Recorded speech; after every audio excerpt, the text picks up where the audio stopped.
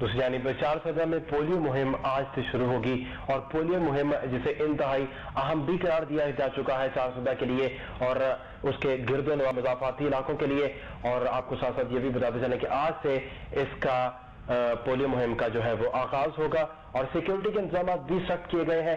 Polio ٹیموں کے ساتھ سیکیورٹی سکواڈ بھی جو ہے وہ موو کرے گا اور اسی حوالے سے مزید ہم اپڈیٹ لیں گے. کفایت اللہ ہمارے ساتھ چارسدہ سے موجود ہے. جی کفایت اللہ، کیا مزید اپڈیٹ ہے آپ کے پاس؟ جی، جس طرح گزشتہ آپ کو پتا ہے کہ گزشتہ انسدادی پولیو مہم میں ناخوشگوار واقعات پیش آئے تھے. اس حوالے سے آج چارسدہ میں 5 یونین کونسلوں میں دوبارہ انسدادی پولیو کی مہم شروع ہونے والی تھی. دلی حکومت نے خصوصی طور پر اس کے لیے حفاظتی اقدامات کیے تھے، جس میں اسلحہ کی نمائش اور موٹر سائیکل سواری پر دفعہ 144 نافذ کی گئی تھی.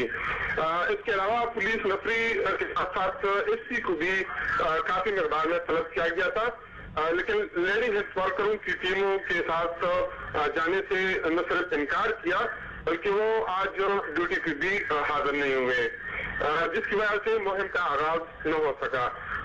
انسداد پولیو مہم کے صوبائی کوآرڈینیٹر ڈاکٹر اکرام اللہ کے ساتھ جب رابطہ کیا گیا تو انہوں نے کہا کہ ہم نے فل پروف انتظامات کیے ہیں اس کے لیے، لیکن لیڈی ہیلتھ ورکروں میں اس حوالے سے جو گزشتہ انسداد پولیو مہم میں ناخوشگوار واقعات سامنے آئے تھے کہ طرف سے یہ تک کہ قانونی کارروائی کی جائے گی ان ٹیموں کے خلاف جو فیلڈ میں نہیں جائیں گے. جبکہ پیرامیڈیکل ایسوسی ایشن کے صدر سید رسول کے جانب سے یہ تھا کہ WHO اور یونیسیف کے احکامات کے بغیر ہم فیلڈ میں نہیں نکلیں گے، تاہم ابھی تک فیلڈ میں کوئی نہیں بھیجا گیا. اچھا کفایت، یہ بھی بتائیے گا کہ کتنی ٹیمیں اب تک تشکیل دی جا چکی ہیں چارسدہ میں پولیو کے لیے؟ کیونکہ لیڈی ہیلتھ ورکر غیر حاضر رہی ہے، اس کی وجہ سے کوئی ٹیم ابھی تک فیلڈ میں نہیں گئی جو انسدادی پولیو مہم میں شریک ہو اور وہ بچوں کو پولیو کے قطرے پلا سکے. بہت شکریہ کفایت، ہمیں اپڈیٹ کر رہے تھے چارسدہ سے.